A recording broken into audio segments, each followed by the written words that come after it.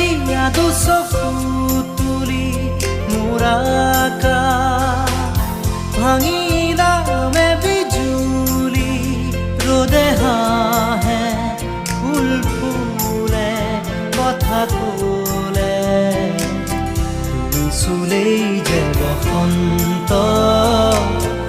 ধুমুহাও যে প্ৰশান্ত তোমাৰ মাজতে জীৱন্ত